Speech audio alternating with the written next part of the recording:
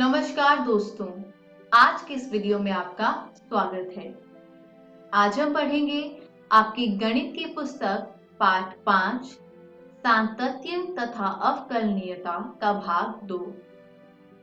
पिछले वीडियो में हमने जाना कि सातत्य होता क्या है और एक फलन किसी बिंदु पर कब संतत होता है। साथ ही हमने जाना असातत्य के बिंदु के बारे में भी और देखा कि सातत्य और असातत्य पर किस प्रकार के प्रश्न आते हैं। तो चलिए इस पाठ के भाग 2 में आगे बढ़ते हैं और जानते हैं आज के इस वीडियो में हम क्या पढ़ेंगे। आज हम जानेंगे संतत फलनों के बीजगणित के बारे में, यानी अलजेब्रा ऑफ कॉन्टिन्यूअस फंक्शंस। तो चलिए शुरू करते हैं। आपके सामने एक प्रमेय दी गई है। कहा है कि मान लीजिए f तथा g दो ऐसे वास्तविक फलन हैं जो एक वास्तविक संख्या c के लिए संतत हैं। तब f जमा g x बराबर c पर संतत है। आसान शब्दों में यदि समझाना चाहूं तो कहा गया है कि f और g दो वास्तविक फलन हैं और एक वास्तविक संख्या c पर दोनों ही फलन जो है वो संतत है। और हमें दर्शाना ये है कि इन दोनों फलनों का जब हम योग ले लेते हैं यानी f जमा g, तो वह भी बिंदु x बराबर c पर संतत होगा। तो आइए इसका हल देखते हैं। सबसे पहले हमें बिंदु x बराबर c पर f जमा g के सातत्य की जांच करनी है। सातत्य की जांच कैसे करते हैं? एक फलन का उस बिंदु पर मान और उसी फलन की उस बिंदु पर सीमा यदि आपस में बराबर हो जाएं, तो हम कह सकते हैं कि फलन सातत्य है। अब यहाँ पर limit x tending to c f plus g of x लिया गया है। तो limit x tending to c f plus g of x is equal to limit x tending to c f of x plus g of x। ये कैसे हुआ? जो आपने पाठ पढ़ा था सीमा और अवकलज, आपने उसमें सीमाओं के बीजगणित के बारे में पढ़ा होगा, तो उसी से हमने ये लिख दिया। अब आगे जब हमने किया तो limit x tending to c f of x plus limit x tending to c g of x हो गया। ये भी कैसे हुआ?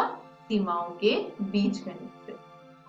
अब जब आप इसको आगे हल करेंगे तो आप इसकी जगह पर लिख सकते हैं f plus g of c, यानी f प्लस g जो है वह भी x बराबर c के लिए संतत है।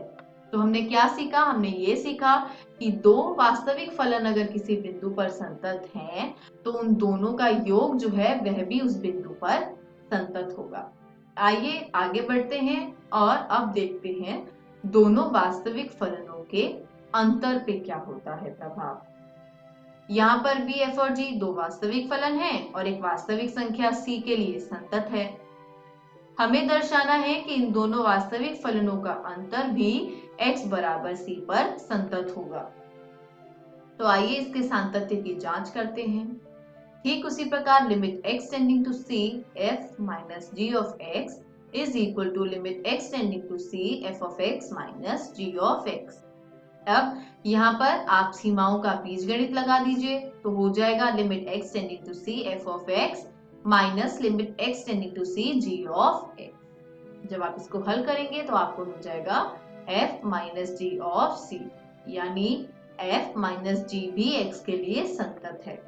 तो यहाँ हमने एक और चीज सीखी कि दो वास्तविक फलन अगर किसी बिंदु पर संतत होते हैं, तो उन फलनों का अंतर भी उस बिंदु पर संतत होगा। आगे बढ़ते हैं और इसी प्रमेय में अब चर्चा करते हैं गुणनफल के बारे में। तो सारी स्थितियां जो है वो ठीक उसी प्रकार से परिभाषित है जैसे पहले दो स्थितियों में थी। अब हमें दोनों वास्तविक फलनों के गुणनफल के सातत्य की जांच करनी है। तो limit x tending to c f into g of x is equal to limit x tending to c f of x into g of x। यहाँ भी आप लगा दीजिए सीमाओं का बीजगणित, तो आपको मिल जाएगा limit x tending to c f of x into limit x tending to c g of x, यानी दोनों फलनों पर अलग अलग सीमा लगाकर उसके बाद उन दोनों का गुणनफल कर लीजिए।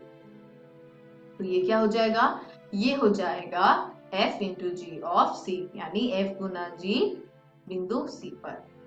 अतः हम ये बोल सकते हैं कि अगर दो वास्तविक फलन किसी बिंदु पर संतत है तो उन दोनों वास्तविक फलनों का जब आप गुणनफल ले लेंगे तो वह भी उस बिंदु पर संतत होगा। चलिए आगे बढ़ते हैं और अगला जो है यहाँ पर बीजगणित देखेंगे। ये थोड़ा अलग प्रकार से है। यहाँ पर हमने क्या किया है, वास्तविक फलन वैसे ही हैं, दोनों वास्तविक संख्या c पर संतत है। अब हमें ये दिखाना है कि f बटा g वो जो है वो भी x बराबर c पर संतत है। साथ ही में आपको एक स्थिति दे रखी है कि g ऑफ c जो है उसका मान शून्य के बराबर नहीं हो सकता, क्योंकि यदि ऐसा होगा तो फलन जो है वो परिभाषित नहीं रहेगा, यानी ये जो f बटे g है वो परिभाषित नहीं रहेगा। आइए इसको हल करते हैं और f बटे g के सांतत्य की जांच करते हैं बिंदु x बराबर c पर। तो limit x tending to c f बटे g of x is equal to limit x tending to c f of x बटा limit x tending to c g of x। ये होता है परिमेय फलन की सीमाओं के बीजगणित से। तो चलिए आगे इसको हल करेंगे तो क्या प्राप्त होगा f ऑफ c बटे में g ऑफ c, जहां पर g ऑफ c का मान शून्य के बराबर नहीं है। अतः f बटे g भी x बराबर c के लिए संतत है। तो चलिए आगे बढ़ते हैं और एक उदाहरण देखते हैं। उदाहरण में आपको साइन फलन के सांतत्य पर विचार करना है।